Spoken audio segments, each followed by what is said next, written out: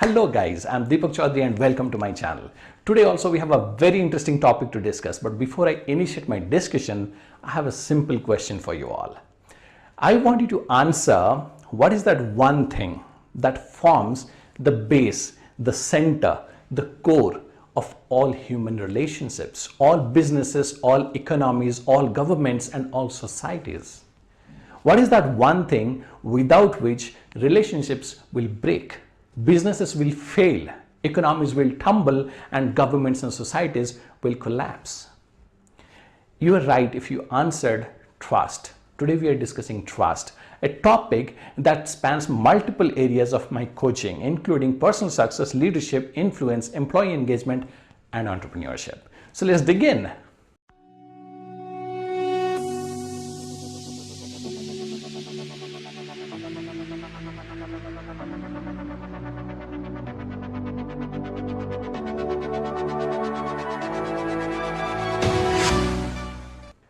This video was very necessary for me to make because irrespective of its criticality and its role in all kinds of success, trust is not something that we are taught at home, at school, at college, at MBA, nowhere. And we keep fumbling, keep stumbling throughout our life.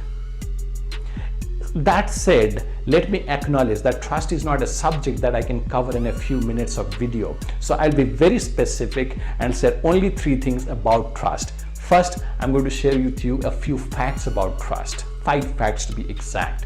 Second, I'm going to share with you 2 habits that you can start practicing, start installing in yourself to improve your trustworthiness as a human being, as an employee, as a leader, and as a business owner. Third thing, I'm going to share with you an evaluation tool, a trademarked evaluation tool that will help you evaluate the trustworthiness of every communication that you receive or send. So that's the 3 things we are going to discuss in this video. Let me start with the 5 facts about trust. The first thing about trust that we should all know about is trust is a human feeling. So you cannot command it and you cannot enforce it. Second fact, trust takes time to build. It's very easy to break and very, very difficult to rebuild if you don't understand it. Third fact, trust is a two-way street. You cannot expect people to trust you if you don't trust them first. Fourth thing, what does trust mean? Trust means a lot of things to a lot of different people. To some people it means confidence. To some other people it means something else. So when I started writing down what trust means to me, only one thing came back to me again and again, and the word is certainty.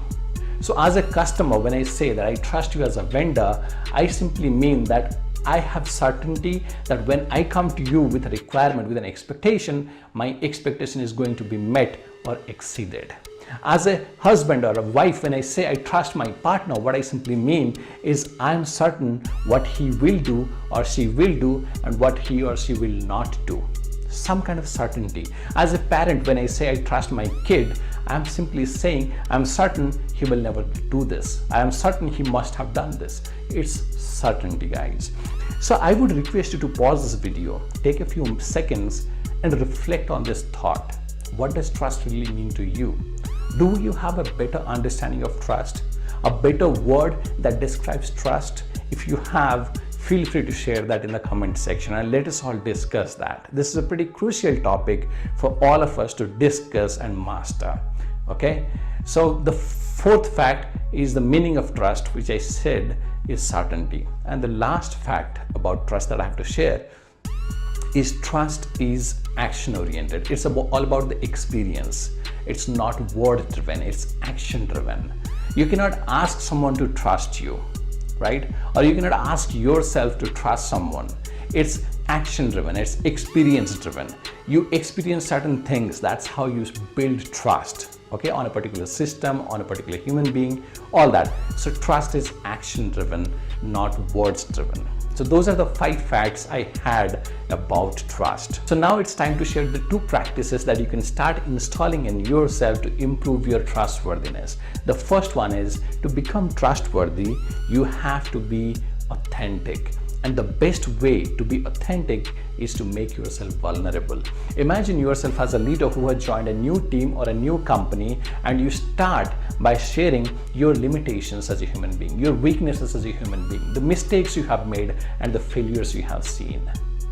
Start asking for help to your team members and to your peers. Just say that I'm new to this process, I don't know, so help me understand this process, help me understand how things are done here. Be vulnerable. That's the best way to be authentic, and that's the best way to be trustworthy. This will help you create a culture of trust, openness, and candor. Imagine yourself as a salesman.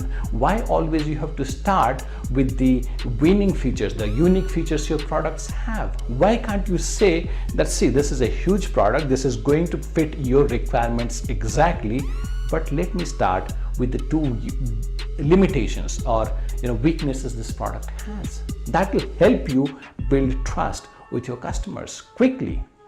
So guys, that is the first practice. To be trustworthy, you have to be authentic, and to be authentic, you have to be vulnerable. Start practicing this vulnerability, okay? The second practice that you can install in yourself to improve your trustworthiness is journaling. So I do journaling twice, once in the morning after I wake up and once before I go to bed.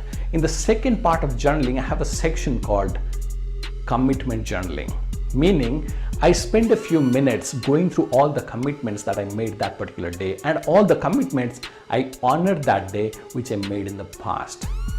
Today, I'm sure a lot of you people go through your days without imagining or without knowing even how many commitments you are making and how many commitments you are breaking on a daily basis. And you don't even know how it is impacting and ruining your trustworthiness on a daily basis. Start being a little aware about the commitments you make, about the promises you make to people. The best way, or the second best way to improve your trustworthiness, is keep your promises always. Whenever you commit to something, you got to deliver. Keep your commitments and promises, guys. Start practicing this commitment journaling and keep track of how many commitments you are making on a daily basis in personal space and professional space, and how many commitments are you keeping. Over the time, this will help you improve your trustworthiness and understand your habits. Okay, so that's the second habit I wanted you to understand and install in yourself, so that you can become much more trustworthy as a human being, as an employee, as a leader, and as a business owner. Okay, now let me share with you the evaluation tool I promised at the beginning. This is an evaluation tool that you can use to evaluate the trustworthiness of all the communications that you send or receive. This is called 4T test of trust. There are 4 T's that you can start evaluating in every communication that you send and receive to see whether your communication starts appearing much more trustworthy or not. The first T in 4T test of trust stands for timely. Imagine yourself as a doctor waiting for a test report on an emergency case so that you can decide on the next step to save your patient's life, but you don't get the information in time. Imagine yourself as a business owner who is about to expand his business in a new country by acquiring a new company, and you have engaged a third-party consulting firm to do an evaluation of this new firm that you are about to buy, but you don't get that report on time. Imagine yourself as a pilot of a commercial airliner doing a holding pattern above an international airport, and you don't get the clearance or landing informations on time for your landing. The point I'm trying to make here, guys, is information on time has power to save lives, and information loses its value with time. So ensure from today, whenever you are sending some communication or sharing some communication, it's on time. That will help you build your credibility and improve your trustworthiness. In fact, you can check it out immediately. If you are dealing with vendors and partners, check out which of the vendors you trust more, and you will see this pattern that those vendors and partners have a habit of communicating information in a timely fashion. So that's the first check. Information has to be timely. Okay. The second T in 40 test of trust stands for transparent. Information might be untimely, but if you receive wrong information on time, that also doesn't make sense. Imagine the first three scenarios, and you imagine that you received the information, but the information was manipulated. The information, some kind of crucial information was hidden, and the communication was not transparent. You will still lose lives. So information doesn't have to be only timely, it has to be transparent. Information has to be complete and accurate. No hidden information, no manipulated information, okay? For example, let's assume that you are a leader in an organization, you have a team with you, and there is a challenging project that is thrown at you.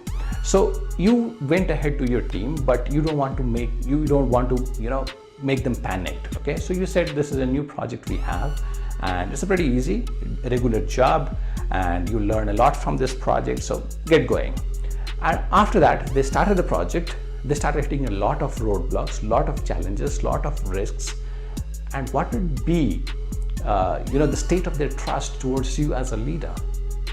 Now imagine the same project you received, you understand it's a challenging project, you go back to your team and tell them, hey guys, we have this project, you will learn hugely from this project, but there are a lot of areas where we can fail. There will be a lot of challenges, there will be a lot of risks, and there will be a lot of impediments. So learn from it, be patient, and let's do it.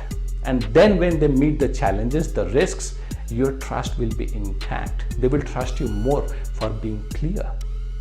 So always focus on communicating on a transparent fashion, guys. That's the second T. And also do a quick check. If you deal with vendors and partners and you have a favorite one, or if you have a trustworthy partner or vendor, check and see. You will find that their communication is not only timely, it is transparent. That's how you build trust over a period of time. The third T in 40 test of trust stands for to the point, precise. Okay, so the point is, we don't have time today. The average human attention span is at 8 seconds right now, if I'm correct. It was 16 seconds in 90s, now it's 8 seconds. So people don't have time to go through 30 lines of mail, which can be communicated in only 3 lines. So there has been a lot of innovation in this area. For example, our traditional elevator pitch. The idea is, if you understand it, you should be able to communicate it in 60 seconds. It has to be to the point, precise communication. For example, there is another concept I teach in my leadership workshops called A3 thinking, which has entire focus on to the point communication so that decision making can be accurate and faster. There is another concept called pechakucha. I don't remember the website exactly. I think it's pechakucha.org. Check it out or do a Google search. This is a Japanese concept of tight presentations or to the point presentations. I think the rule is no more than 20 slides and each slide 20 seconds. So I think overall 6 minutes and 40 seconds is what all you get to do a presentation. So there has been a lot of development and innovation in this particular area, and you have to fall in line. Practice, and don't only practice, I think you should master the art of communicating to the point in a precise manner, in a concise manner. Okay, so the last and fourth T in 40 test of trust stands for toneless, which simply means emotionless. This is an art which master communicators, master influencers have mastered long back. They understand that in a professional setup, communication always has to be logical, thought through response. It cannot be an emotional reaction. It has to be response. So this understanding of an emotional reaction versus a logical thought through response is what differentiates managers or people with authority from true leaders, inspiring, influential, and impactful leaders. So you have to master this art of emotional reaction. You don't have to do. Keep your communication or keep your emotions out from your communications. Make it toneless. Okay, so that is the 40 test of trust. So guys, that's what I had for you guys in this video. I hope you enjoyed it. I hope I was able to add value to you. I hope I was able to improve your understanding of this human feeling, called trust, and I shared a few habits that you can start installing in yourself to improve your trustworthiness as a human being, as an employee, as a leader, and as a business owner. I hope you enjoyed it thoroughly. I hope you loved it, and if you did, do share this in your network and your community. Let others also benefit from this piece of content. And thank you for joining me in this video today. It was great spending time with you. I will see you in the future videos. Till then, take care and be limitless.